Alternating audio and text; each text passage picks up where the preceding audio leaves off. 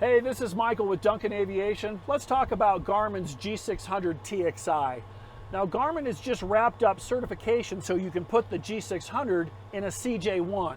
It's already available in the CJ2, the PC12, and the King Air 90 and 200 series. But what is really nice is the situational awareness that you get with the G600.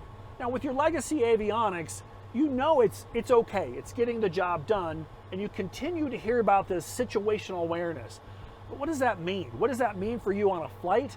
What does it mean for the value of the airplane?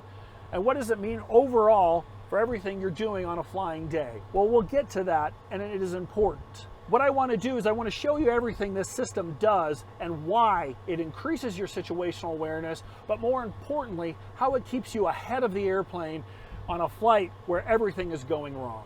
Now, this is the primary flight display. This is the MFD, the moving map. Now, you can hit the full screen and you can get a whole screen as your primary flight display. We're here in Provo, Utah, so you can see a little bit of the synthetic vision showing the mountains. What's kind of interesting, you see this diamond over here? That's actually an airplane, so we've got traffic live on the screen, which is really cool. Again, you'll have your altimeter, your airspeed, what you bugged for is your altitude and airspeed and all that. And at the very top, we've got the what the autopilot is doing. So I've got heading mode, approach mode. I can see everything that's going on, what I'm doing up here as far as the autopilot goes. And again, your current system does that. It's nothing majorly new. But this is what's interesting. We can now go to a split screen, and now I have a moving map. I can pinch zoom. I can also use the knob as well. I've got the departure in here so I can see exactly where the airplane is going and what's going to happen next. And you can see here, this is live traffic. These are actual airplanes that are flying, so I can overlay the traffic on the moving map display, which is great. But maybe you want to see a little bit closer of what these airplanes are doing. So I can go to the dedicated traffic page, and then I can see what these airplanes are. This is what's pretty cool.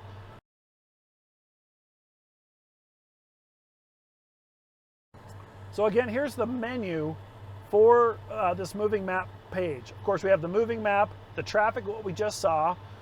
It's really nice. You got terrain, and red, of course, means you're lower than some of the terrain. This is another big thing that we really like, is the chart. So now I have my instrument approach plate right on the moving map, and I have myself on here, so I can see where I am at on this approach. So I can see exactly what's going on and where I need to go next. And it's great because I've got my frequencies, I've got my missed approach instructions. I have it all right here in front of me, part of my scan. I have the flight plan. I can see what I'm doing and where I'm going to be next, how far away the next fix is. This is a big one I use quite a bit, is we have the weather. Now we have XM weather on this airplane. We also have the ADS-B weather. We do have a storm scope option, which we actually don't have the storm scope on this airplane, but we have weather radar.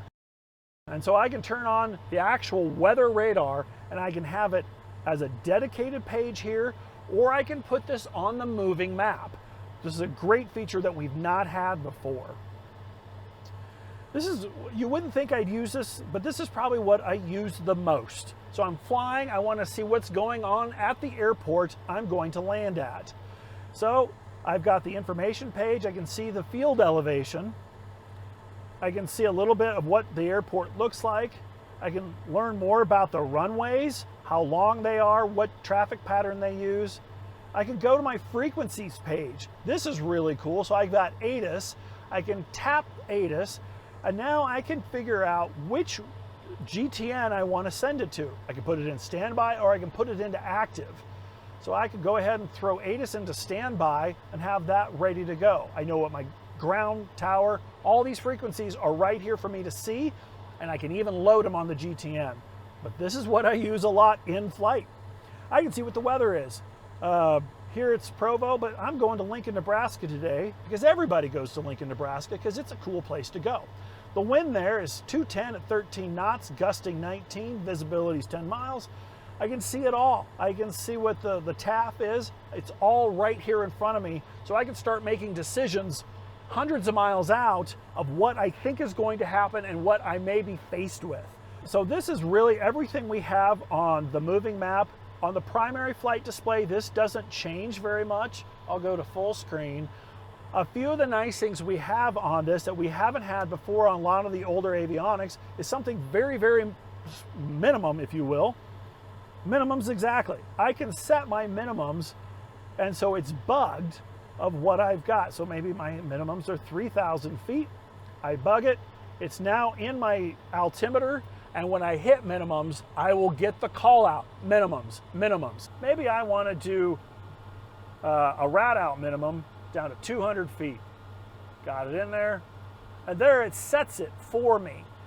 So we can do this installation at facilities that we have all across the country, possibly at an airport that you're at right now, or at least something very, very close. So give us a call and we can run you through everything that it takes to get this installed in your airplane. From everyone here at Duncan Aviation, thanks for tuning in.